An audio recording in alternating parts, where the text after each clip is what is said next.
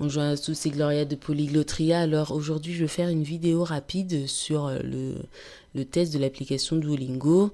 Donc une application qui vous permet de parler des langues, d'en apprendre, de vous entraîner à être dans un environnement linguistique différent. Donc, qu'est-ce que vaut cette application? Est-ce qu'elle vous permet vraiment d'apprendre des choses? Est-ce qu'elle est une arnaque? Est-ce que, à l'inverse, vous allez avoir des résultats qui vont être optimum? Vous aurez mon avis à la fin de cette vidéo.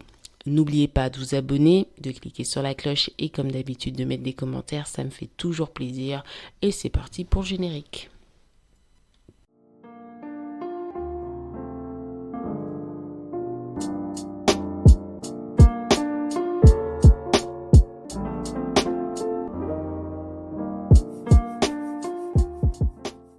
Tout d'abord, Duolingo, c'est une application qui est téléchargeable sur plusieurs plateformes, qui vous permet de sélectionner une langue qui vous intéresse avec le petit emblème de la chouette qui, de ce que j'avais vu, était en train d'être changé puisqu'il voulait changer la mascotte, mais apparemment la mascotte reste plus ou moins d'actualité, mais blague à part, et qui surtout, avec une régularité, vous permet de vous entraîner sur plusieurs langues. Donc ma petite histoire, c'est que moi j'ai essayé l'application pendant plusieurs mois, comme beaucoup. Je voulais continuer d'entretenir mon russe. Et donc j'ai mis Duolingo, j'ai installé, j'ai travaillé avec. Et mon point de vue, c'est que Duolingo, il lui manque un petit quelque chose. Et pour moi, c'est très important pour votre apprentissage, c'est de voir des personnes parler les langues, les personnes natives de ces langues-là les parler. Je m'explique, comme vous savez, j'ai fait le test pour savoir quel est mon type de mémoire et moi je sais que ma mémoire elle est auditive. Et donc moi j'ai besoin d'entendre les langues et de lire sur les lèvres de comment la mâchoire se fait pour que le son sorte. Par exemple, là je vais vous parler japonais. Nihongo anasemasu. Pour pouvoir faire ce son, il faut que je lise les lèvres, il faut que j'entende bien pour pouvoir le faire avec la bonne accentuation afin qu'un japonais natif puisse se dire là, l'accent est plus ou moins bon pour dire, je viens juste de vous dire en japonais, je parle japonais, c'est tout, hein, pour dire les choses. Et moi je trouve que Duolingo, malheureusement, c'est ça qui lui manque, c'est cette force-là. Après, deuxième point que je trouve que Duolingo manque cruellement, c'est bien que l'application soit assez ludique, bien qu'elle soit assez accessible, je trouve que pour les adultes, il lui manque un petit peps.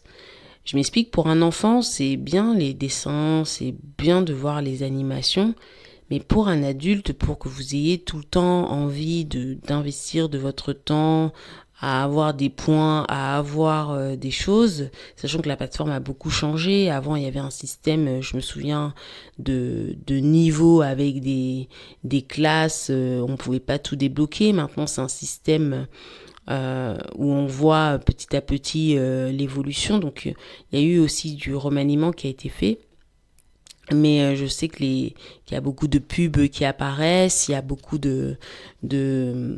entre guillemets, de contraintes qui se sont rajoutées dans le temps. Et je trouve que pour pouvoir investir dans Duolingo, ça manque un peu de peps. Comment motiver un adulte de se donner à fond au-delà de sa propre volonté, de se dire je vais m'améliorer, c'est l'engouement et je le sens un petit peu moins me concernant. Et puis troisième et dernier point de ce que je pense de Duolingo, et cette fois-ci ça va être un point positif, c'est que ça fait le job si vous êtes consistant, si vous ne vous arrêtez jamais, si vous restez toujours avec un rythme. Donc oui, vous allez avoir des résultats, oui, vous allez avoir quelques phrases, mais tout dépend de la langue que vous apprenez. Est-ce que c'est une langue de niveau 1 en apprentissage? Par exemple, français-italien, c'est un niveau 1 parce que les langues sont très transparentes. Ou est-ce que c'est une langue de niveau 5? Vous apprenez le vietnamien ou le mandarin, qui sont des langues avec un système alphabétique, grammatical et conjugal très difficile vis-à-vis de quelqu'un qui parle français parce que les sons tonaux et les langues tonales sont très précises. Donc là, l'investissement et le travail à fournir ne sera pas le même. Et donc, les résultats mettront peut-être un peu plus de temps. Et puis, il y a d'autres aspects. Est-ce que vous apprenez des langues parce que vous savez que votre mémoire, elle est auditive comme moi, et donc le son transmis par Duolingo vous permet de bien apprendre.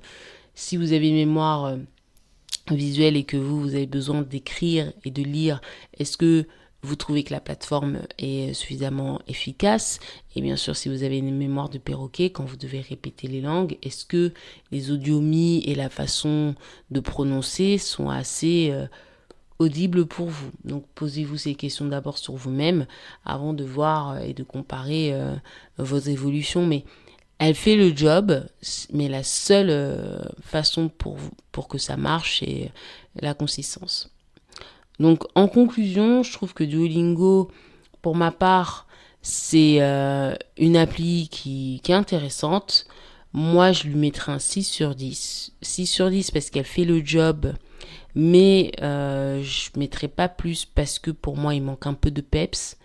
Et je pense qu'elle est plus adaptée à des enfants qui, eux, pourront avec consistance avoir des bons petits résultats comme complément d'un cours et non pas comme un remplacement d'un cours, et surtout pas utiliser uniquement Duolingo.